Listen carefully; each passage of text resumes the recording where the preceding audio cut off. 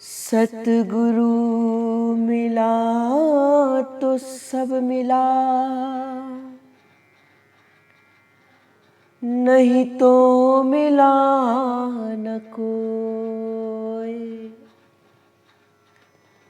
मात पिता सुत बांधवा, ये तो घर घर हो। रे मन हरिवंश जप, मन हरिवंश जप। रे मन हरिवंश जप, रे मन हरिवंश जप।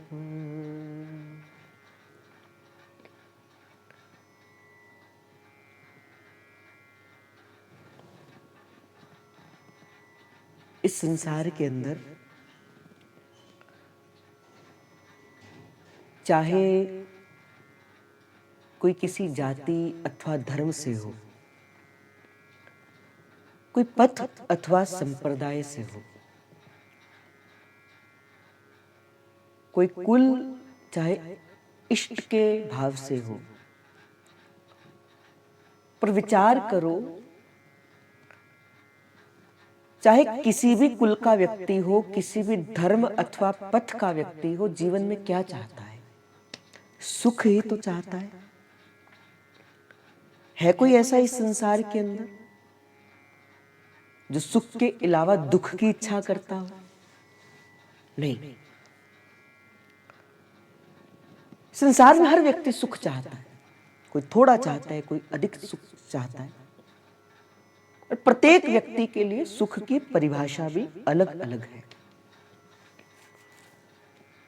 कोई कहता है कि मुझे धन मिल जाए तो जीवन सुखी है, भगवान की कृपा है। कोई कहता है सुंदर पत्नी अथवा पति मिल जाए, भगवान की बड़ी कृपा है, सुख है। कोई कहता है धन मिल जाए, यौवन मिल जाए, प्रतिष्ठा मिल जाए, मान मिल जाए, रहने को घर मिल जाए, मुझे जीवन के अंदर बड़ा सुख है। पर सुख की ये परिभाषा ये नहीं है। संत की दृष्टि से आकर देखो, भक्त की दृष्टि से देखो, वो बताएगा कि सुख क्या है। और मैं तो ये कहूं, वो सुख भी नहीं बताता, क्योंकि सुख होगा तो दुख भी होगा। एक सिक्के के दो पहलू हैं। अगर सुख है तो दुख भी है, और अगर दुख है तो सुख भी है। किंतु संत और वैष्णव और भगवान क्या बताते हैं? वो सुख और दुख नहीं बताते, इससे भी आगे बढ़कर आनंद की अनुभूति कराते हैं। और अगर कोई मुझसे पूछे कि ये सुख क्या है, मैं यही कहूंगा, सुख केवल प्रभु का नाम है। जिस नाम को पाकर, जिस संपत्ति को पाकर जीव को फिर किसी और चीज को पाने की इच्छा नहीं रहती। धन पाया तो लोभ बढ़ता है और आए। काम का सुख है तो और चाहता है जीव, और काम का सुख लूं। धन आया तो धन का सुख, काम आया तो काम का सुख। पर भगवती एक ऐसा सुख है जिसे पाकर जीव तृप्त हो जाता है। फिर जीव प्रेम से भरकर कहते हैं, ना मैं देखूं और को,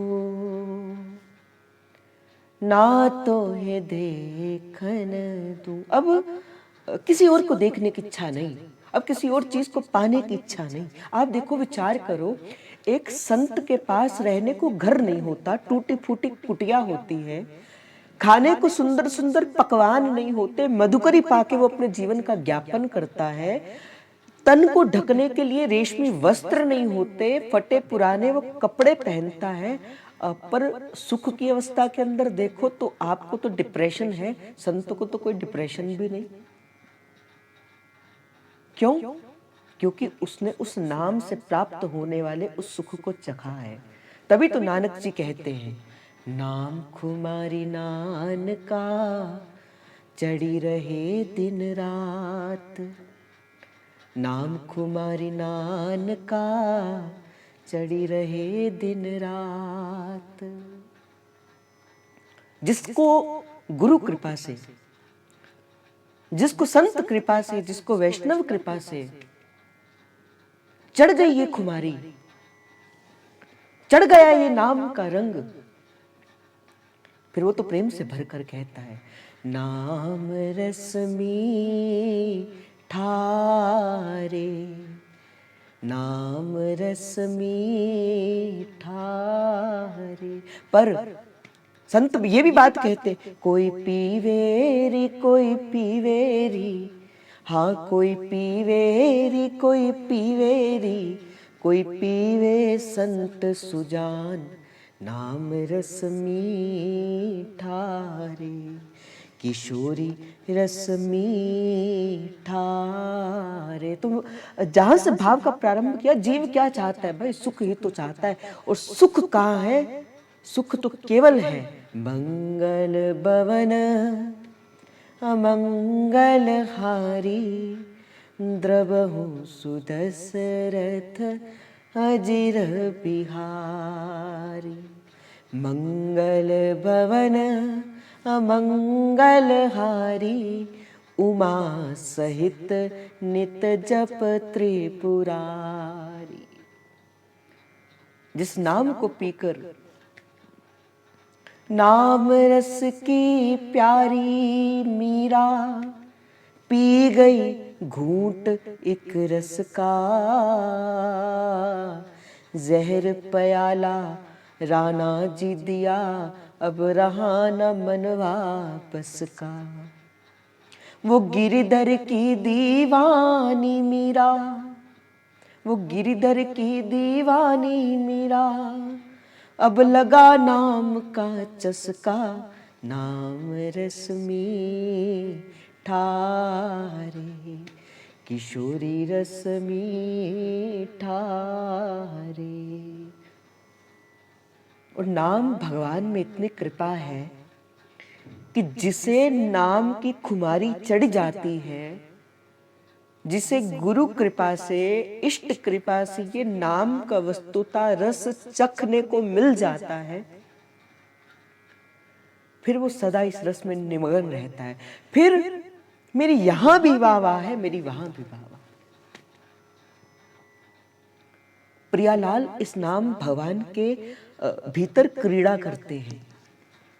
प्रियालाल खींचे चले आते हैं। तभी सेवक जी महाराज कहते, हरिवंश नाम ध्रुव कहते ही, ध्रुवदास जी महाराज कहते, हरिवंश नाम ध्रुव कहते ही बाड़े आनंद बेल। मेरे हृदय के अंदर आनंद की बेल जागृत हो जाती। और हिज्जू महाराज ने तो बड़ी कृपा करी। हिज्जू महाराज की तो बड़ी कृपा हुई। सखियों को, सहचरियों को, रसिकों को परम आनंद की अनुभूति हुई। तभी तो रसिकों ने मंगल नहीं कहा, रसिकों ने कहा, भैया हो अद्भुत मंगल आज, हाँ भैया हो अद्भुत मंगल आज। बोले क्यों मंगल कहते हो? प्रगटे श्री हरिवंश चंद्रवर, प्रगटे श्री हरिवंश चंद्रवर, ए जी रसिकन के सिर ताज, भैया हो अद्भुत मंगल आज, हाँ भैया हो अद्भुत मंगल आज। तो मैं आपको बात कर रहा था, आपको निवेदन कर रहा था, हर व्यक्ति सुख चाहता है। और अगर कोई मेरी दृष्टि से होकर पूछे, आध्यात्म की दृष्टि से होकर पूछे, सुख का मूल क्या है? सुख का मूल है प्रभु की भक्ति, सुख का मूल है प्रभु का नाम। प्रभु की भक्ति कैसे प्राप्त होती है? प्रभु की भक्ति प्रभु के भक्त के अनुग्रह से प्राप्त होती है। इसे सूत्र मानकर रख लो। आज के संकीर्तन का पहला सूत्र मैं आपको देता हूं। जीवन में सुख का मूल है प्रभु की भक्ति, और प्रभु की भक्ति किसी भक्त के अनुग्रह से प्राप्त होती है। भक्त चाहेगा तो जीव आपके जीवन के अंदर वो भक्ति की बेल को अंकुरित कर सकता है।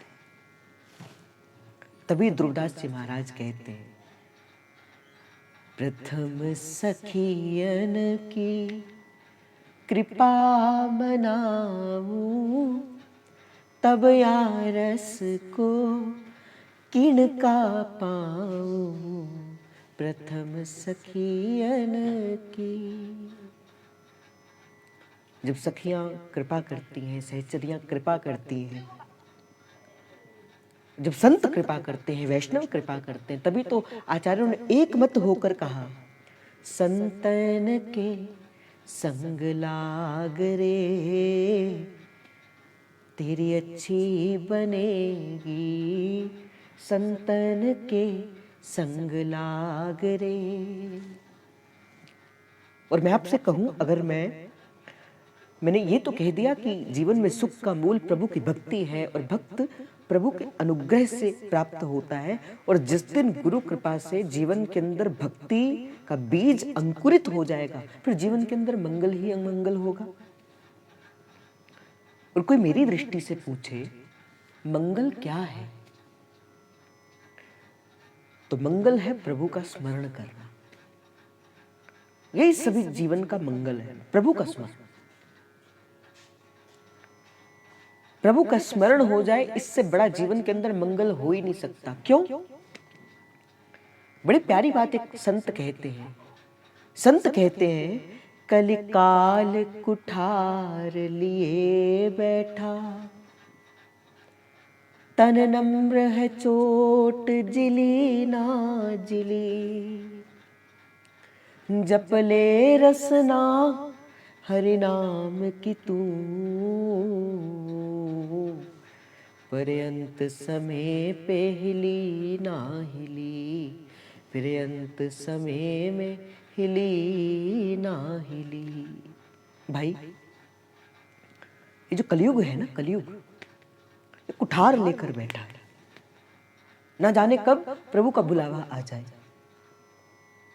फिर ये नहीं देखता आप बड़े हो, आप छोटे हो,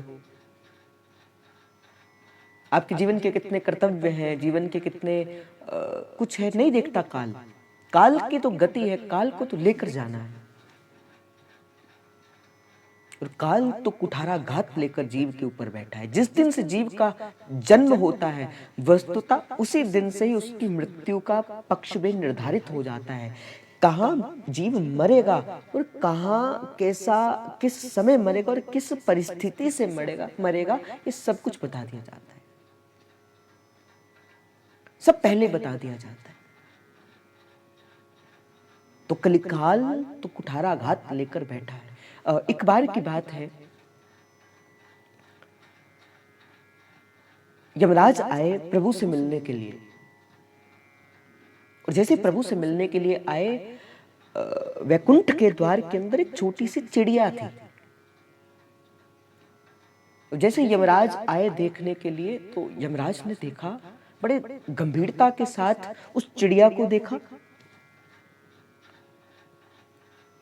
और देखकर भीतर चले गए। प्रभु के दर्शन करने के लिए भीतर चले गए। बाहर गरुड़ जी प्रभु के द्वार पर थे और गरुड़ जी ये दृश्य को देख रहे थे कि यमराज ने ऐसी चिड़िया को बड़े ध्यान से देखा। हो सकता है कि यमराज इसके प्राण को ले आते आते। गरुड़ जी ने विचार किया, उस चिड़िया को अपने ऊपर बिठाया और 7 समुद्र पार एक स्थान पर रखाया कि यमराज वहां तक पहुंच ना पाए। आए तो यमराज ने पूछा, वो चिड़िया कहां है? तो गरुड़ जी ने कहा कि मैं तो उसे बड़ी दूर छोड़ के आया। तो बोले कहां छोड़कर आए? बोले मैं उसको 7 समुद्र पार छोड़ आया। यमराज जी ने कहा, यही तो मैं विचार कर रहा था, इस चिड़िया की मृत्यु 7 समुद्र पार लिखी हुई है और अभी लिखी हुई है, पर ये छोटी सी चिड़िया उड़कर तो 7 समुद्र पार जा नहीं सकती, तो ये कैसे पहुंचेगी? तो गरुड़ जी, आपने हमारा काम आसान कर दिया। अर्थात कलिकाल तो कुठारा घात लेकर बैठा है, पता नहीं कब किसकी मृत्यु आ जाए, और जिस दिन जन्म हुआ उसी दिन से मृत्यु निर्धारित हो गई। लोग कहते हैं ना, हम इतने वर्ष के हो गए, इतने वर्ष के हो गए। कोई संत की दृष्टि से पूछो, वो ये कहता है भाई आप इतने वर्ष के हुए नहीं, इतने वर्ष आपकी आयु समाप्त हो गई, इतने वर्ष आप मर चुके। कोई कहे कि मेरी आयु 32 वर्ष है, तो 32 वर्ष आयु मेरी है नहीं, मैंने अपने जीवन के 32 वर्ष इस आयु को समाप्त कर दिए, मर गया 32 वर्ष। और देखो कितनी बड़ी विडंबना है, जानता हुआ जीव कि प्रभु के नाम में सुख है, प्रभु के नाम में मंगल है, सब कुछ प्रभु के नाम पे, पर प्रभु की कितनी सुंदर माया है, कितनी विचित्र माया है, फिर भी नाम नहीं जपा जाता। मैं आपको यहाँ पे कहूंगा, नाम जप लो, नाम जप लो, नाम जप लो। संकीर्तन के अंदर देखो, जब कलयुग आया और राजा परीक्षित उसे मारने लगे, तो कलयुग ने कहा प्रभु मेरा वध मत करिए। तो राजा परीक्षित ने कहा कि क्या तुम में गुण है? कलयुग ने कहा प्रभु चाहे अनेक दोष मेरे अंदर हैं, पर एक गुण मेरे अंदर है। बोले क्या? बोले अनेक अनेक युगों के अंदर जो तपस्या करने से, दान अथवा तप करने से, यज्ञ करने से जो फल नहीं मिलता, प्रभु की प्राप्ति नहीं होती, कलयुग के अंदर मात्र प्रभु के हरिनाम संकीर्तन से वो प्राप्त हो जाएगी। कलयुग केवल नाम आधारा और सिमर सिमर भव उतर ही पारा। तो राजा परीक्षित ने नहीं मारा, पर राजा परीक्षित ने कहा कि देख भाई, तू कहां नहीं जाना, कहां नहीं रहना और कहां जाना, कौन सा तेरा स्थान है? तो कलयुग को प्रभु ने आज्ञा दी राजा परीक्षित ने कि देख परीक्षित, जहां प्रभु का संकीर्तन हो रहा होगा, जहां विशुद्ध संकीर्तन का भाव हो रहा होगा, जहां भगवान के नाम की चर्चा हो रही होगी, हे कलयुग तू वहां प्रवेश मत करना। आप देखो जितने समय के लिए आप यहाँ होते हो, क्या आपका मन किसी और विचार का चिंतन करता है क्या? क्या आपका मन किसी और विषय का चिंतन करता है क्या? और मैं आपसे ये भी कहूँ, आपका मन भजन करने का करता है कि नहीं करता? करता है। क्यों? क्योंकि कलयुग का प्रवेश नहीं है। आप इस समय के अंदर प्रभु के एक ऐसे युग के अंदर हो जहाँ प्रभु का अपना ही व्यवस्था है। क्यों? क्योंकि ये संकीर्तन है, कलयुग को आने का प्रवेश नहीं। अब जैसे कलयुग संकीर्तन का विश्राम होगा, कलयुग पुनः आ जाएगा। तो कैसे कलयुग को रोका जाए? मन के अंदर नाम संकीर्तन चलता रहे। नाम संकीर्तन नम यस्य हरेर नाम, हरेर नाम, हरेर नामेव केवलम। हरेर नाम, हरि नाम, मन के अंदर संकीर्तन करते रहो। देखो संकीर्तन करने के लिए कोई झुंड की आवश्यकता नहीं होती, व्यक्तियों की आवश्यकता नहीं होती। तुलसीदास जी तो कहते मैं तो किसको संकीर्तन सुनाता हूँ, मैं तो किसको कथा सुनाता हूँ, अपने मन को सुनाता हूँ। भाई सबसे बड़ा पापी कौन है? सबसे बड़ा पापी तो मेरा मन ही तो है, जो प्रभु का भजन नहीं करता। कौन नहीं करता? मन ही तो नहीं करता। तो कहते मैं किसको कथा सुनाता हूं? मैं अपने मन को कथा सुनाता हूं। तो कोई ना मिले सुनाने वाला तो मन को कथा सुनाओ। महादेव तो मन को कथा सुनाते हैं, तुलसी बाबा तो मन को कथा सुनाते हैं। बड़े बड़े झुंडों में कथाएं नहीं होती, बड़े बड़े झुंडों में संकीर्तन होता है, परंतु संकीर्तन का ये ही कहूं कि यही संकीर्तन है कि बड़े बड़े जनों से संग नहीं, मन के अंदर बैठ के जय जय राधा वल्लभ श्री हरिवंश, जय जय श्री वृंदावन श्री वनचंद, जपते रहो जपते रहो। क्या होगा? ये संकीर्तन चल रहा है, और जब तक संकीर्तन चलेगा कलयुग का प्रभाव नहीं आएगा। देखो मैं आपको एक युक्ति बताता हूँ। जब आप नाम जप में लगोगे ना, जब आप नाम जप करोगे, या जब आप कोई भी मन के अंदर अगर बुरा कोई भाव उत्पन्न होता है, संकल्प उत्पन्न होता है, मैं आपको एक युक्ति बताता हूँ। बुरा संकल्प के प्रारंभ होते ही नाम जप करना प्रारंभ कर दो और समस्त ऊर्जा से करना प्रारंभ कर दो। इस बात को लिख के मैं आपको गारंटी देता हूं कि भगवान का नाम आपको वो बुरा कार्य नहीं करने देगा, नहीं करने देगा। बस पकड़ के रखना उस नाम को, छोड़ना मत उस नाम को। जागा मेरे मन के अंदर काम, जागा काम और जप राम। राम राम राम सीता, राम राम राम सीता, राम राम राम सीता, राम राम राम। और देखना, आप सनातनी हो, आप नहीं प्रभु के नाम के साथ कोई गलत कार्य कर सकते। क्योंकि देखो जैसे मर्जी हो, पर इतना आदर तो आपके हृदय के अंदर प्रभु के नाम का है भाई, है आपके अंदर। करने लगे चोरी, करने लगे निंदा, निंदा करने लगे तो भाई राम राम, हमारी हमें तुम्हारी तुमसे भी राम राम है, हमें अपने से भी राम राम है। जो समय आप निंदा करने में खराब कर रहे हो, उस समय आप प्रभु का भजन करने में भी तो लगा सकते थे। कहते ना चॉइस इज योर्स। जो समय आप संसार की किसी वार्ता को करने पे लगाए हैं, ये देखो ये समय 1 घंटे का, अगर मैं आपसे कहूँ आप घर बैठकर टीवी भी तो देख सकते थे, इंस्टाग्राम मोबाइल भी तो देख सकते थे, पर आप अपने जीवन को साधने के लिए यहाँ आए हो और 1 घंटा दिन के अंदर संकीर्तन में दे भी तो रहे हो। देखो भाई, इस जीवन के अंदर दसवंध का आपने सुना होगा, दसवंध एक शब्द सुना होगा, दसवंध। आपकी संपत्ति पर, आपके धन पर 10% आपका अधिकार नहीं है। वो 10% अधिकार किसका है? प्रभु का, संत का, वैष्णव का। अगर मेरे पास 10 रुपए है तो उसके 10 जो 1 रुपया है, वो 1 रुपए का अधिकार भगवान का है। वो आपको वैष्णव कार्य में लगाना है। अगर नहीं लगाओगे तो आप चोर हो भगवान के। अगर नहीं लगाओगे, वो धन कहाँ जाएगा? वो धन कोर्ट में जाएगा, कचहरी में जाएगा, डॉक्टर्स के पास जाएगा, जाएगा जाएगा। क्यों? क्योंकि वो धन की गति है। आपका धन शुद्ध करता है, जब सत्कर्म में जाता है वो बाकी धन को शुद्ध करके आता है। अब ये आपके ऊपर निर्भर करता है, वो जो 10 रुपए के 1 रुपया जो आप भगवान को अर्पित करते हो कि नहीं करते। उसी प्रकार जीवन में एक दिन में कितने घंटे होते? 24 घंटे। उसके अर्थात 10%, 2 घंटे और 40 मिनट, ये तो आपको प्रभु के पास लगाने ही लगाने, चाहे किसी भी प्रकार से लगाओ। नहीं लगाते हो तो आप प्रभु के चोर हो। जब जीव माँ के गर्भ के अंदर होता है ना, और उल्टा लटका होता है। मैं आपको एक बात कहता हूं, आप किसी नाले के ऊपर जहां विष्ठा भी है, मूत्र भी है, गंदगी भी है, अपने आप को उल्टा लटकाना, उल्टा, और 1-2 घंटे नहीं, 9 घंटे के लिए लटकाना, आपको स्वयं पता लग जाएगा मां के गर्भ के अंदर क्या कष्ट होता है। जब जीव माता के गर्भ के अंदर होता है ना, उसे कहा जाता है कुंभीपाक नरक। नरक क्या है? मां का गर्भ ही नरक के ऊपर कहा गया। कुंभीपाक नरक की संज्ञा दी गई। तो जीव जब मां के गर्भ के अंदर होता है, कहते प्रभु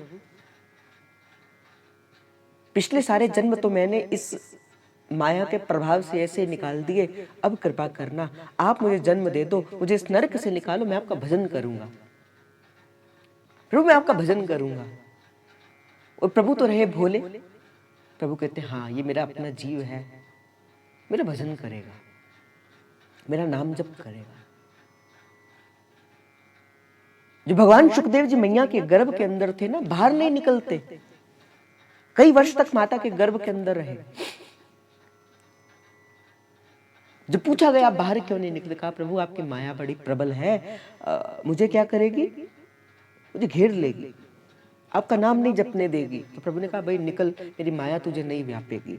तो आप भी क्या है, हम जैसे जीव, आप और हम जैसे जीव क्या है, उस समय तो प्रभु की बड़ी स्तुति करी, प्रभु एक बार बाहर निकाल दो, प्रभु एक बार बाहर निकाल दो, भजन करेंगे, नाम जप करेंगे, सत्संग करेंगे, कथा कीर्तन के अंदर आएंगे।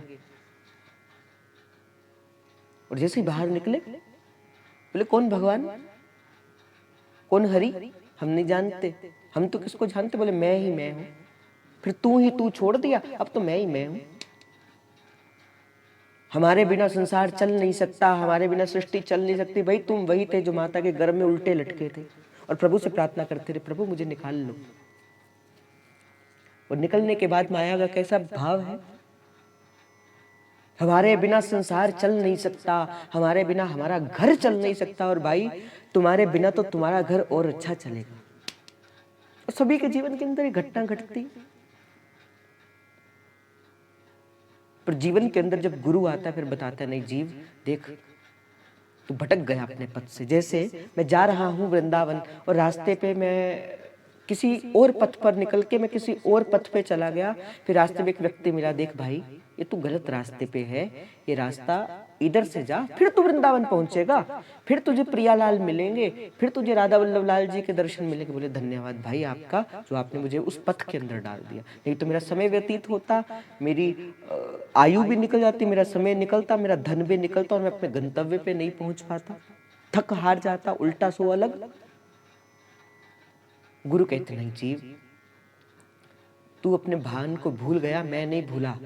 तू अपने भगवान को किए हुए उस कोल को भूल गया, मैं नहीं भूला। तूने कैसे भगवान को कहा था, प्रभु मुझे एक बार बाहर निकालो, मैं तेरा भजन करूंगा। गुरु कहता है देख, जाग जाग जीव, जाग जाग, ये संसार तुझे, ये संसार तुझे, ये जीवन तुझे प्रभु ने तेरा प्रभु का भजन करने के लिए दिया। मैंने कहा ना कि प्रभु की भक्ति तो प्रभु के भक्त के अनुग्रह से प्राप्त होती है। फिर जीव को कहते हैं, जीव कहते नहीं प्रभु तू जाग जाग जाग, जीव जागता है। पर एक बात मैं और बता दूं, हर कोई नहीं जागता, गुरु के शब्द को भी हर कोई नहीं समझ पाता, गुरु के संकेत को भी हर कोई नहीं समझ पाता, नहीं समझता गुरु के संकेत को कोई। जहां से आज का भाव हमने प्रारंभ किया, बड़ी सुंदर पंक्तियां थी आज के भाव के प्रारंभ की, कि मात पिता सुत बांधवा ये तो घर घर हुई, सतगुरु मिला तो सब मिला, नहीं तो मिला ना कोई। अगर कोई मुझसे पूछे कि जीवन के अंदर घटने वाली सबसे सुंदर घटना क्या है और सबसे प्यारी घटना क्या है और सबसे विचित्र घटना क्या है, जिसे ईश्वरीय सत्ता कहते हैं, जिसे ईश्वरीय चमत्कार कहते हैं, क्या है जीवन के अंदर घटने वाली सुंदर घटना, मेरी ओर आकर देखो। और सभी संत भगवंत ने निर्णय करके एक मत में कहा कि जीव के जीवन के अंदर सतगुरु का आना, ये जीव के जीवन के अंदर घटने वाली सबसे सुंदर घटना है। आहा, मेरे सतगुरु ने मुझे अपना लिया, मेरे गुरु ने मुझे अपना लिया। गुरु का जीवन के अंदर आना, ये जीवन के अंदर घटने वाली सबसे सुंदर घटना है। और जिसको गुरु कृपा से इस बात का बोध हो जाता है कि मुझे प्रभु ने कृपा कर कर मुझे गुरु की चरण शरण के अंदर भेज दिया, फिर वो प्रेम से भरकर कहता है, साजो सिंगारो मोहि सतगुरु लागे प्यारो री। वो कहते मुझे सजाओ, मुझे सिंगारो, साजो सिंगारो माही मोहि सतगुरु लागे प्यारो री। और फिर कहता है, साहिब से मिलना चालो री, साजो सिंगारो री, साहिब से मिलना चालो री, साजो सिंगारो री। और कैसे अपने आप को सजाया जाता है, कैसे अपने आप को प्रभु के पथ पर लेकर जाया जाता है, ऐसे ही लेके जाया जाता है नाम जप करके। जैसे बड़ी प्यारा मैं एक भजन गाता हूं कभी कभी, आओ मेरी सखियों मुझे मेहंदी लगा दो, मेहंदी लगा दो मुझे सुंदर सजा दो, मुझे श्याम सुंदर की दुल्हन बना दो, मुझे श्याम सुंदर की दुल्हन बना दो। आहा, बड़ी प्यारी पंक्तियां हैं। किसने बनाया गुरुदेव, किसने बनाया श्याम सुंदर की दुल्हन? कहती है सखी, कहती है सतगुरु ने मेरी कीनी सगाई, सतगुरु ने मेरी कीनी सगाई। और कहाँ सगाई की? सत्संग में मेरी बात चलाई, जिस सत्संग में मेरी बात चलाई। ए जी अटल सुहाग वाली बेंदी लगा दो, कोई उनको बुला के हथ लेवा भी करा दो, ये जी मुझे श्याम सुंदर की दुल्हन बना दो, मुझे श्याम सुंदर की दुल्हन बना दो। जिसके जीवन के अंदर सतगुरु आ जाते हैं ना, जिसके जीवन के अंदर संत वैष्णव आ जाते हैं, फिर पहुंचा देते हैं उसे उस पथ तक। सतगुरु ने मेरी कीनी सगाई, आहा, सत्संग में मेरी बात चलाई। देखो भाई, प्रभु जब कभी आएंगे ना, प्रभु जब कभी भी आएंगे, इस बात को बड़े ध्यान से सुनना और अपने सूत्र के अंदर बांध कर रख लेना। प्रभु जब कभी भी पहली बार आपको दिखेंगे ना, कहाँ मिलेंगे प्रभु, कहाँ से मिलेंगे प्रभु? जब कभी भी मिलेंगे प्रभु तो सत्संग से मिलेंगे। प्रभु के भीतर आने का जो मार्ग है ना, वो कान है, श्रवण इंद्रियां। इसीलिए प्रभु ने कहा श्रवणम श्रवणम कीर्तनम।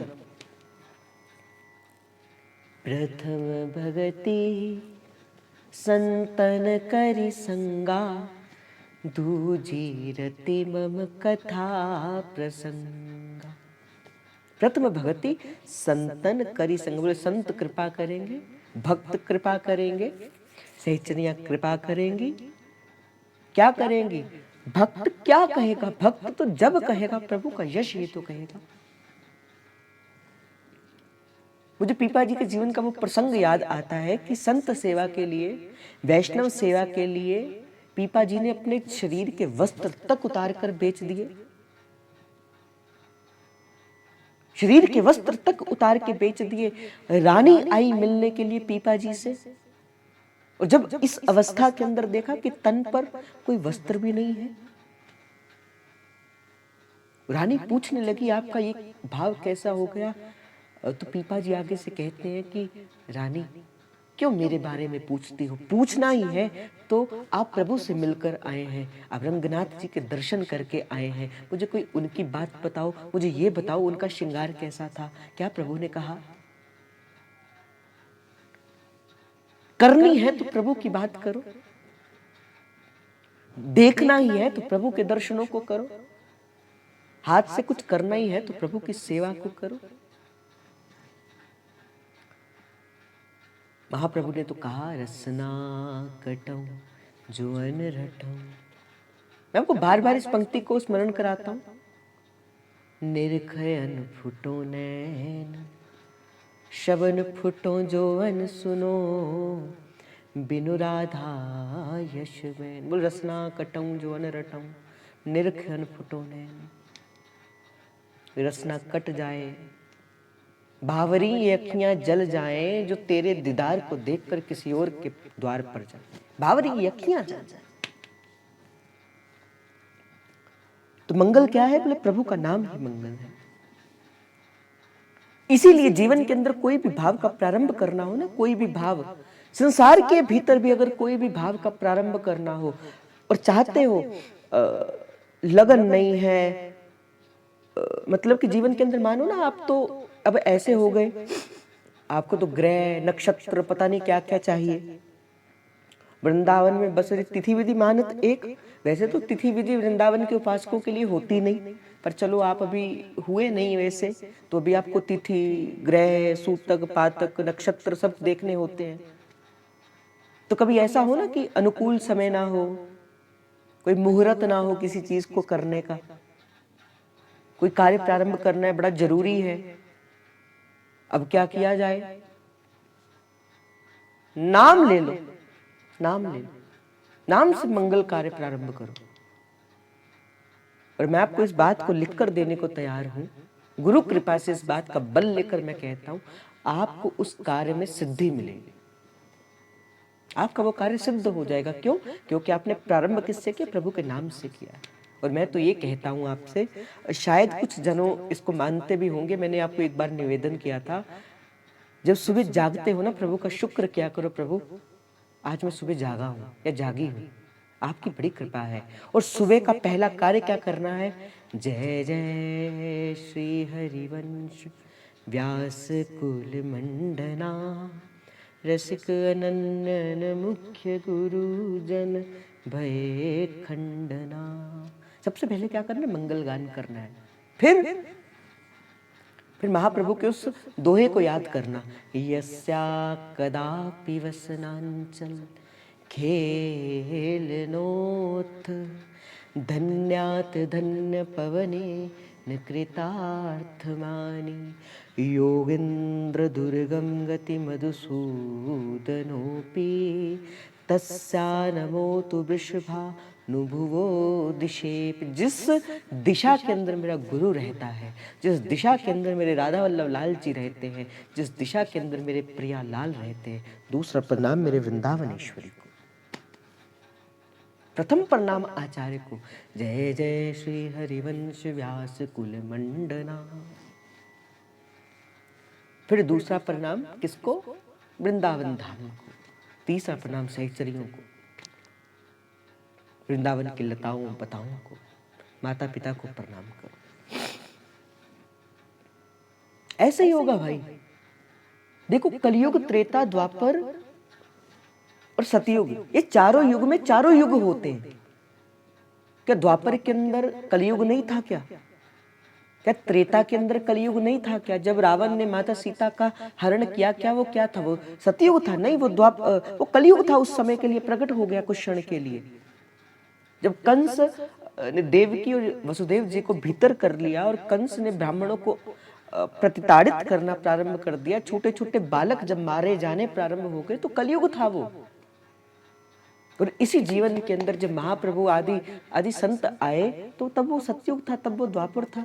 तो ये तो आपके ऊपर निर्भर करता है कि आप किस युग में रहना चाहते हैं। कलयुग के अंदर रहकर भी आप सतयुग में रह सकते हैं, कलयुग के अंदर रहते भी आप त्रेता के अंदर रह सकते। कैसे? कलयुग के अंदर रह के नाम जप करो, नाम स्मरण करो। जीवन के अंदर मैं कह रहा था सबसे बड़ा मंगल क्या है? तो जीवन के अंदर सबसे बड़ा मंगल है प्रभु का नाम संकीर्तन, प्रभु का स्मरण। प्रभु का स्मरण हो जाए, जीवन में इससे बड़ा कोई मंगल नहीं। और जीवन का सबसे बड़ा अमंगल क्या है? कि प्रभु आपके नाम की विस्मृति हो गई। आपको तो दुख होता नहीं ना भाई, संतों से पूछो, आपको तो दुख होता नहीं। मेरा जीवन चला जा रहा है, मेरे प्रत्येक क्षण चला जा रहा है, आपको तो दुख होता ही नहीं। क्यों? क्योंकि अभी आपको जीवन का मूल्य पता नहीं लगा। जिस दिन गुरु कृपा से जीवन का मूल्य पता लग जाएगा, उस दिन पता लगेगा, हे प्रभु ये कैसा हो गया, हे प्रभु ये क्या हो गया, प्रभु मेरा जीवन निकल गया, मेरा जीवन बीत गया प्रभु, और मैं आपका नाम ही नहीं जप रहा, मैं आपका स्मरण ही नहीं कर रहा, मैं आपका भजन ही नहीं कर रहा, मैं संसार के अंदर बीतता हुआ मेरा ऐसे जीवन बीत गया। जीवन के अंदर मंगल क्या है? प्रभु का स्मरण ही मंगल है। और जीवन के अंदर अमंगल क्या है? प्रभु की विस्मृति ही अमंगल है। भी आपके ऊपर निर्भर करता है भाई। मेरे को क्या है, मैं तो कहूंगा और कहते कहते निकल जाऊंगा। हम तो थोड़े समय के लिए आते हैं और थोड़े समय के लिए आपसे मिलना होता है, इसके बाद तो मैं भी आपसे नहीं मिलता। पर जितना समय मैं आपसे के लिए मिलता हूं, उतना समय मैं आपसे कहता हूं, भाई नाम जप ले निमाणिए जिंद के औखे विले कम आवन। और मैंने कहा ना कि भाई कलिकाल कुठार लिए बैठा, तन नम्र है चोट झिली न झिली, नहीं चलती। वो कलिकाल का काट जब कुठाराघात पड़ता है, ये तन नई चोट सह पाता, मृत्यु हो जाती है। और बड़ी प्यारी बात अगली पंक्ति के अंदर कहते, जप ले रसना हरि नाम की तू। हे जीव इसी रसना से प्रभु का नाम जप, राधे राधे जप, राधा कृष्ण जप, राधा वल्लभ जप, हरे कृष्ण जप, राधा रमण जप, कुंज बिहारी श्री हरिदास जप, तू राम राम जप, तू कुछ भी जप, किंतु जप तो सही। प्रभु के सारे नाम एक है। जप ले रसना हरि नाम की तू। क्यों? बड़ी गंभीर से सुनना, बड़ी गंभीरता के साथ कहा, फिर अंत समय में हिली ना हिली। अंत समय के अंदर जन्म जन्म मुनि यतन कराही, पर अंतराम कभी आवत नाही। जन्म जन्म मुनि यत्न कराए, अनेक जन्म लग जाते हैं जीव को, फिर कहीं जाके अंत समय के अंदर प्रभु का नाम स्मरण आता है। फिर कभी अंत समय के अंदर मुख से राम निकलता है, अंत राम कभी आवत नाही। भाई सारी उम्र संसार का चिंतन किया होगा, तो कैसे अंत समय के अंदर प्रभु का चिंतन हो जाएगा? जब कहीं जाना होता है ना, हमें मान के चलो वृंदावन ही जाना है, तो कैसे हम पहले तैयारी करते हैं? पहले तैयारी करते हैं ना, 2-5-6 दिन पहले वस्त्र लाएंगे, बैग पैक करेंगे, खाने पीने की वस्तुएं रखेंगे, सब कुछ रखेंगे। कैसे तैयारी करते हैं? कहाँ जाकर कहाँ रहना है, फोन करके अपना रूम बुक करवाएंगे, परिक्रमा करने सारे प्लान बनाएंगे, सब कुछ करेंगे। और आपको कहाँ जाना है? आपको तो वहां जाना है जहां प्रिया प्रियतम नित्य निवास करते, उसमें वृत्त निकुंज के अंदर जाना है, और आपकी कोई तैयारी नहीं। कैसे जाओगे? तो नाम जप ले निमाणिए जिंदे, भूखे वेले कम आवना। जहां से मैंने भाव प्रारंभ किया, मैं पुण्य उसी भाव में आऊंगा। जीव क्या चाहता है भाई? सुख ही तो चाहता है कोई संसार के अंदर किसी धर्म अथवा जाति अथवा पथ अथवा संप्रदाय का जो किसने कभी भगवान को भगवान दुख दे दो, भगवान दुख दे दो? नहीं। क्या मांगा? सुख ही तो मांगा। पर मिला सुख? नहीं मिला। क्यों नहीं मिला? क्या कारण है नहीं मिला? यही कारण है, प्रभु का नाम चाहता तो सुख है, और सुख की इच्छा कहां से कर रहा है? सुख की इच्छा संसार के साधनों से कर रहा है, सुख की इच्छा संसार के रिश्तों से कर रहा है, सुख की इच्छा संसार के तत्वों से कर रहा है, जबकि सुख तो है ही नहीं। संसार को तो दुखालयम शाश्वतम कहा गया, जो दुख की दुकान है। संसार तो ऐसा है।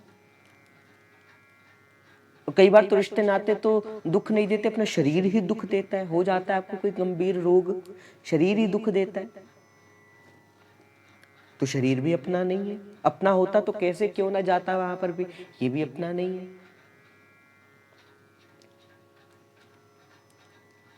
तो क्या है अपना? जो आपकी परम संपत्ति है।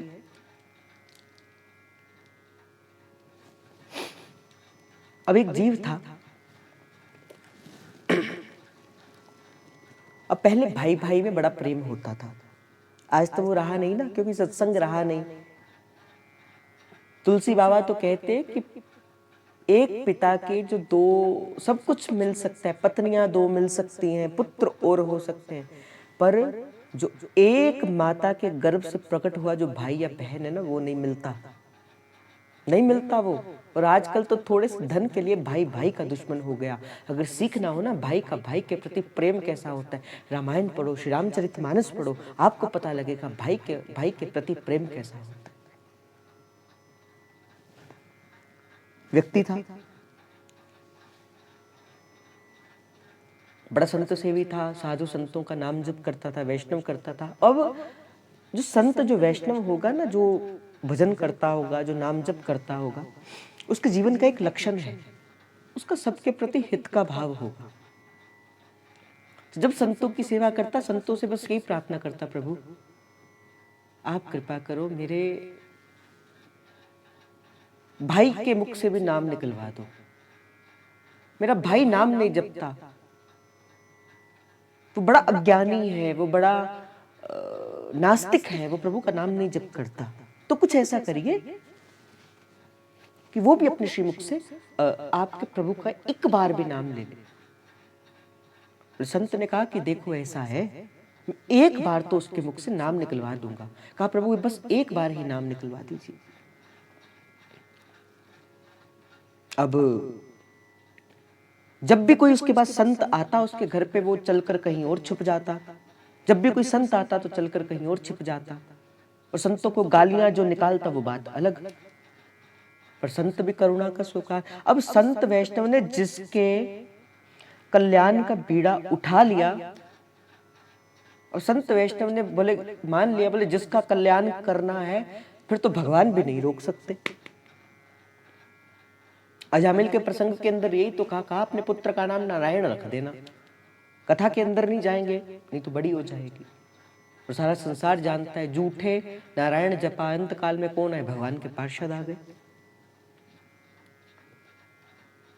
तो संत ने कहा कि हाँ, एक बार तो मैं इसके मुख से भगवान का नाम निकाल दूंगा।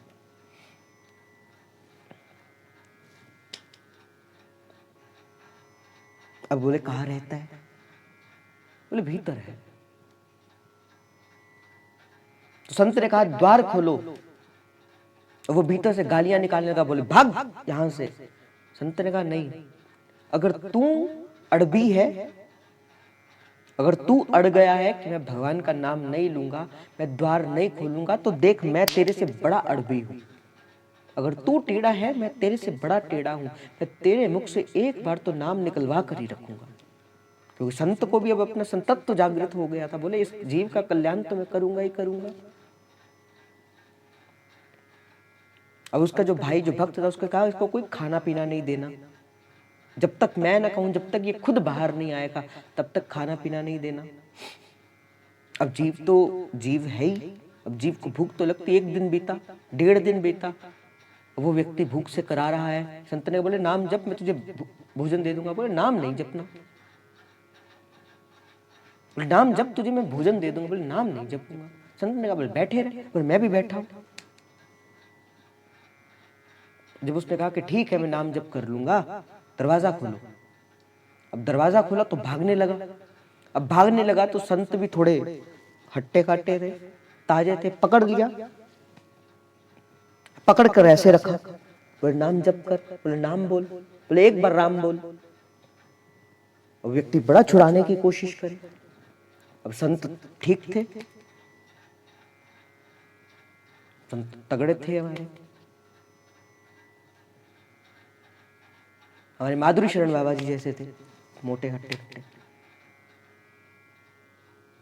पकड़ा ऐसे, बोले अब तो नाम जप कर। बोले तब तक नहीं छोड़ेगा, मैं छोड़ूंगा नहीं तुझे। वो जीव ने विचार किया, बोले ऐसे तो ये मेरे प्राण ले लेगा और मुझे भोजन भी नहीं देगा, और अगर प्राण चले गए तो फिर मैं क्या करूंगा। संत ने कहा भाई देख, तू एक बार नाम जप कर, मैं तेरे प्राण को छोड़ दूंगा, मैं तुझे भी छोड़ दूंगा, तुझे भोजन भी कराऊंगा और मैं चले जाऊंगा, बस तू एक बार नाम जप कर। पहले तो नहीं माना। जब संत ने और दबाया, जब उसको लगा कि अब मेरे प्राण पखेरु उड़ जाएंगे, उसने बोला चल जपता हूं। और क्या बोला? बोले राम। अब संत के बोला चल कोई बात नहीं, अब इसने चाहे ऐसे ही नाम जप किया है तो कोई बात नहीं। संत ने छोड़ा और चले गए। एक बार नाम जप किया, अंत समय आया, यम के दूत आए लेने के लिए। जैसे यम के दूत आए लेने के लिए तो खोला गया खाता। चित्रगुप्त ने कहा बोले क्या किया इसने? सारा खाता खोला। बोला ये भी किया, ये भी किया, नशा भी की, चोरी भी करी, ठगी भी करी, काम वासना भी करी, ये भी करी, वो भी करी। अंत में लिखा था एक बार नाम जप किया, एक बार राम नाम का जप गाया। विचार करने लगे चित्रगुप्त कि एक बार नाम का फल क्या दिया जाए। गए कहां? अब गए अंदर भीतर, यहां पे यमराज बैठे थे। अब यमराज से कहा कि, यमराज ने कहा भीतर क्यों आए हो? कहा प्रभु ये जो जीव है इसने बड़े पाप किए हैं, ऐसा कोई पाप नहीं जो इसने ना किया हो। तो बोले दंड दो। बोले पर इसने एक पुण्य किया है। बोले क्या? बोले इसने एक बार नाम जप किया है। आप मुझे बता दो कि एक बार नाम लेने का पुण्य क्या होता है। बड़ी चिंता में पड़ गए। अब धर्मराज भी चिंता में पड़ गए, क्या किया जाए, एक बार का फल क्या होता है। बोले कौन बताएगा? बोले मंगल भवन अमंगल हारी, उमा जप संग जो जपत बोले जो सदा नाम में निमग्न रहते हैं, जो भोले शंकर भोलेनाथ हैं, बोले वही बताएंगे कि एक बार नाम जप का क्या फल मिलता है। अब गए, संग लिया चित्रगुप्त को, संग लिया उस व्यक्ति को, और धर्मराज गए कहाँ पे? बोले कैलाश के अंदर। महादेव को प्राणिपात किया। महादेव ने कहा कहो धर्मराज कैसे आना हुआ? कहा प्रभु इस व्यक्ति को सारा जीवन पाप किया है इसने, किंतु एक बार इसने प्रभु श्री राम जी का नाम अपने श्रीमुख से निकाला है, प्रभु का नाम अपने श्रीमुख से निकाला है, तो इसका फल क्या है? मेरे पास वो फल नहीं था, मुझे पता नहीं था एक बार नाम लेने का फल क्या होता है। आप बताओ, आप तो नाम में सदा मग्न रहने वाले हैं। महादेव ने बड़ा विचार किया। महादेव ने कहा कि देखो, राम प्रभु का नाम लिया है, पहले तो दंडवत प्रणाम करिए उस जीव को। वही आपने मेरे प्रभु का स्मरण किया है, आपने मेरे प्रभु का नाम लिया है। अब वो जीव देखे, बोले ये क्या हो गया, महादेव मुझे दंडवत कर रहे हैं। क्यों? क्योंकि कोई जीव अगर एक बार प्रभु का नाम लेता है, महादेव उसको 3 बार दंडोत करते हैं।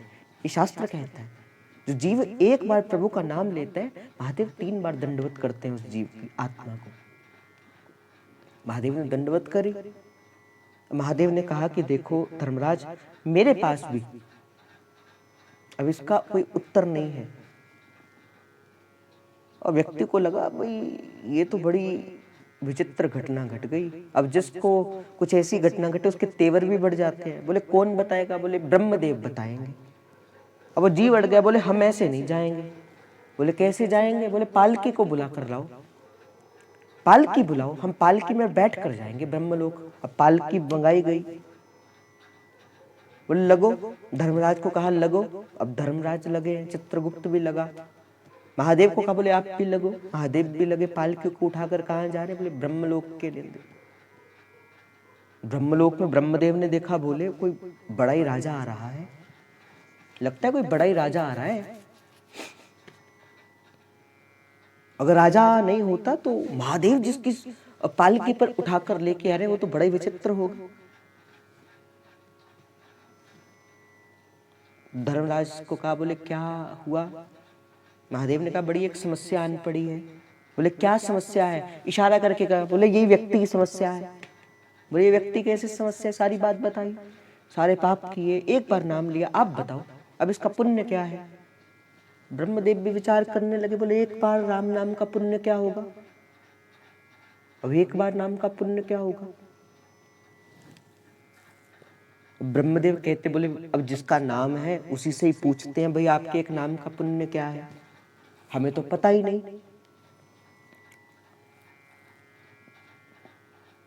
व्यक्ति कहता है ब्रह्मदेव, बोले हाँ जी। बोले लगो। बोले कहाँ? बोले पालकी को उठाओ अब आप भी। अब चारों लगे हैं पालकी को उठाने। कौन कौन? चित्रगुप्त, धर्मराज, महादेव और कौन? बोले ब्रह्मदेव। और जैसे ही गए वैकुंठ के अंदर, जय और विजय तो देखे, बोले ये ऐसे तो कोई कुछ तगड़े ही भगवान आए। बोले पालकी में कौन लगा है? बोले त्रिदेव में से 2 देव लगे। बोले ये तो खतरनाक ही व्यक्ति है कोई। बड़ी विचित्र घटना घटी। अब गए भीतर, जब ठाकुर जी ने देखा,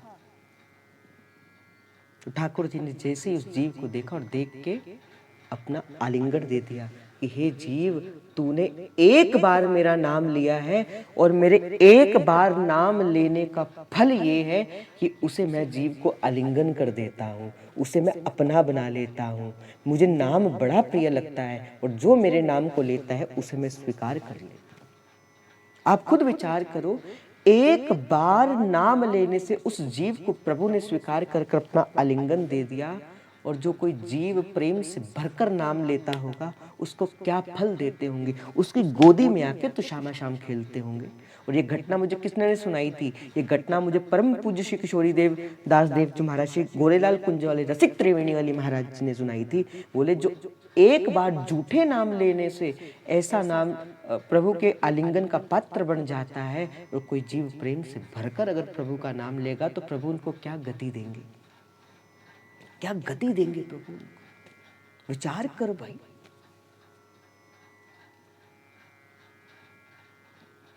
इसलिए नाम सिमर नाम सिमर नाम, ये ही तेरो काज है। तो जीवन के अंदर मंगल क्या है? मंगल है प्रभु का स्मरण, और अमंगल क्या है? अमंगल है प्रभु का विस्मरण हो जाना, प्रभु को भूल जाना, संसार के घृत में पड़ जाना। और भाई मैं एक बार और निवेदन करूं, सारा दिन सोचोगे ना आज भजन करना है, मेरे गुरुदेव तो कहते हैं, बोले सारा दिन सोचोगे आज मुझे भजन करना है, फिर थोड़ा सा भजन होगा। जिस दिन ये सोचोगे ना मुझे 24 घंटे भजन करना है, फिर थोड़ा सा भजन होगा। और भाई समय रेत की भांति हाथ से निकलता जा रहा है, धीरे धीरे धीरे धीरे निकलता जा रहा है। नहीं आएगा पुनः ये समय, जो बीत गया सो खत्म हो गया। तो नाम जपो। और देखो संसार क्या है, देखो मैं कह रहा हूं ना, प्रभु की विस्मृति किससे होती है? प्रभु की विस्मृति होती है संसार से। संसार के अंदर रहकर ही तो जीव प्रभु से विस्मृत होता है। वही मुख जब प्रभु के द्वारा अनुगत होता है तो वो गुरुमुख हो जाता है। वही जीव जब गुरु के द्वारा दिखाए गए पथ का अनुसरण करता है वो गुरुमुख हो जाता है। वही जीव जब अपने द्वारा चलाया हुआ मनमुखी आचरण करता है वो मनमुखी हो जाता है। गुरुमुखी और मनमुखी व्यक्ति में यही तो फर्क है। तो कौन भजन करने से रोकता है? संसार भजन करने से रोकता है। कौन तिलक लगाने से रोकता है? संसार तिलक। और संसार क्या है? अगर कोई मुझसे पूछे संसार क्या है, कोई व्यक्ति संसार है, कोई वस्तु संसार है? नहीं। क्या है संसार? बड़े ध्यान से इस बात को सुना। संसार क्या है? जीव का चिंतन ही संसार है। जब आप किसी संस्कार का चिंतन करते हो ना, यही आपका संसार है। आप नहीं हो अभी किसी जगह पे, पर आपने चिंतन उसका किया, वो आपका संसार है। और एक बात तो पूज्य इंद्रेश भैया बड़ी प्यारी कह रहे थे, कहा कि जीव जब दोष करता है ना, दोष भी दो प्रकार से होते हैं। मान के चलो मैंने चोरी करी तो मुझे दोष लगा, किंतु मैंने चोरी करने के बारे में सोचा तब भी मुझे दोष लगा। मैंने झूठ बोला तब तो मुझे दोष लगा, किंतु मैंने झूठ बोलने का सोचा, मुझे तब भी दोष लगा। तो चिंतन में संसार है। और अगर आप अपना चिंतन शुद्ध नहीं करोगे, बड़े ध्यान से इस बात को सुनना, अगर आप चिंतन के अंदर कोई दोष रखोगे, वो धीरे धीरे धीरे धीरे क्या बनेगा? वो चिंतन ही आपका संस्कार बनता जाएगा। आप बोलो किसी को 10 बार कोई झूठ, एक दिन क्या होगा? आपको वो झूठ सत्य सा प्रतीत होगा। तो झूठ सत्य सा ही प्रतीत होगा। क्यों? क्योंकि आपने उसका संस्कार अपने जीवन के अंदर पाल लिया। अब आपका संस्कार वैसा हो गया। तो क्या है संस्कार? संसार क्या है? संसार का चिंतन ही संस्कार है। और प्रभु का चिंतन ही भक्ति है। प्रभु का चिंतन, प्रभु का स्मरण ही भक्ति है, और संसार का चिंतन ही अब संस्कार कैसे जागृत हो? जब प्रभु का नाम जप करोगे तो भीतर अच्छे संस्कार जागेंगे, और प्रभु का नाम विस्मृत कर दोगे तो संसार में बुरे संस्कार जागेंगे। बस ऐसे ही नाम जप होता है। अब संसार विचार के रूप में हमारे भीतर है। विचार के रूप में संसार हमारे भीतर है। भाई विचार से मनुष्य बंधा है। विचार करो, विचार से ही तो बंधा है। अब जो संसार का चिंतन है वही मनुष्य को बांधता है। अब ये व्यक्ति मेरा है, ये व्यक्ति, ये धन मेरा है, ये संसार मेरा है, ये वस्तु मेरी है, ये शरीर मेरा है, ये चिंतन ही तो किया। तो संसार का चिंतन आपके बंधन का कार्य है। बड़ी गंभीरता के साथ ध्यान से इस बात को सुनना।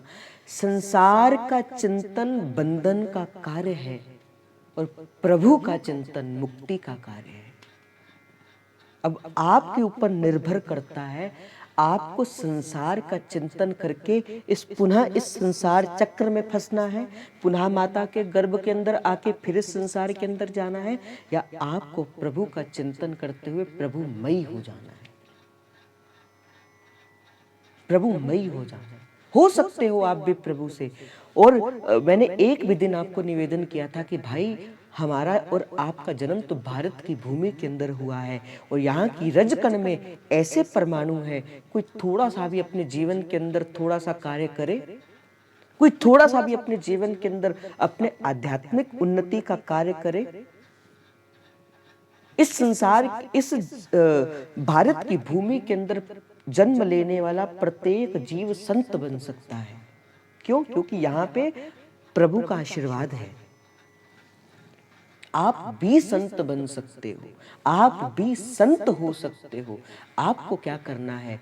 जिसने प्रभु का चिंतन कर लिया वो संत, जिसके चिंतन में प्रभु, तभी तो संतों ने गाया, रसिकों ने गाया है, मेरे चिंतन में आके बसो लाडली, मेरे चिंतन में आके बसो लाडली, मोहे अपना कह के करो लाडली।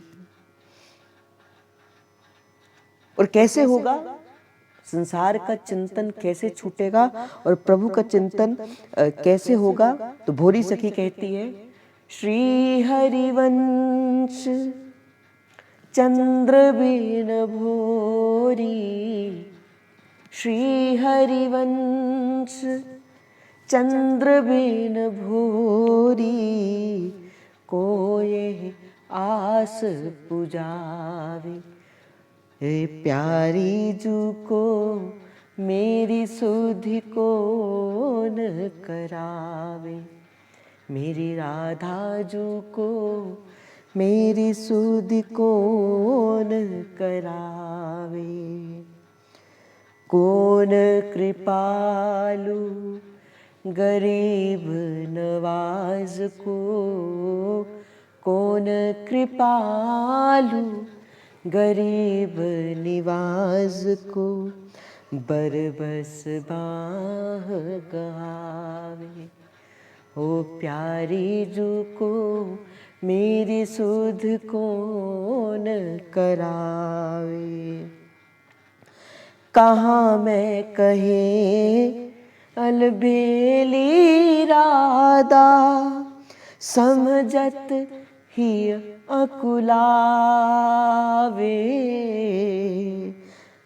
मन बुद्धि वचन अगोचर प्यारी, टेर कौन भी दी जावे, मेरी प्यारी जू को मेरी सुध कौन करावे, मेरी लाडो जू को मेरी सुध कौन करा। और अंतिम शब्द भोरी सखी के शब्द के साथ अपने शब्दों को मिलाकर भाई, और मैं पुनः अपनी बात को पुनः उसी बात पर लाकर आपका ध्यान केंद्रित करूंगा। भाई आप श्री जी की निज सहचरियां हो। आप कहोगे ना पुनः एक बात ही बोलते हो, एक बात ही बोलते हो, मैं इसी कारण से बोलता हूं। हम भी वही हैं, श्री जी की आज्ञा से आई हैं या किसी अपराध से आई हैं। जान जाओ, पहचान जाओ अपने वास्तविक स्वरूप को। आप कौन हो? नहीं हो आप इस संसार के जीव, आप वृंदावन के जीव हो, आप निकुंज के जीव हो। नहीं है ये शरीर की पहचान आपकी, नहीं है ये संसारिक नाम आपका पहचान, नहीं है। किसने कहा ये पहचान है आपकी? नहीं है। आपकी पहचान केवल और केवल एक है, मैं हूं श्री हरिवंश की और मेरे श्री हरिवंश। श्री हरिवंश चंद्र बिन भोरी, को ये आस पुजावे। तो आज का भाव पुनः श्री जी के चरणों पर समर्पित। बस मैं यही कहूंगा कि अगर चाहते हो जीवन के अंदर सुख, चाहते हो अपने जीवन के अंदर उस प्रभु की प्राप्ति को करना, तो नाम जप ले निमाणिए जिंदे, ओके विल कम आवेगा। तो आज का भाव श्री जी के गोरे चरणारविंद में समर्पित आप सभी के हृदय के अंदर बैठे उस प्रेम प्रभु को, हित प्रभु को जय जय श्री हरिवंश, जय जय श्री हरिवंश, जय जय श्री हरिवंश। प्रणाम।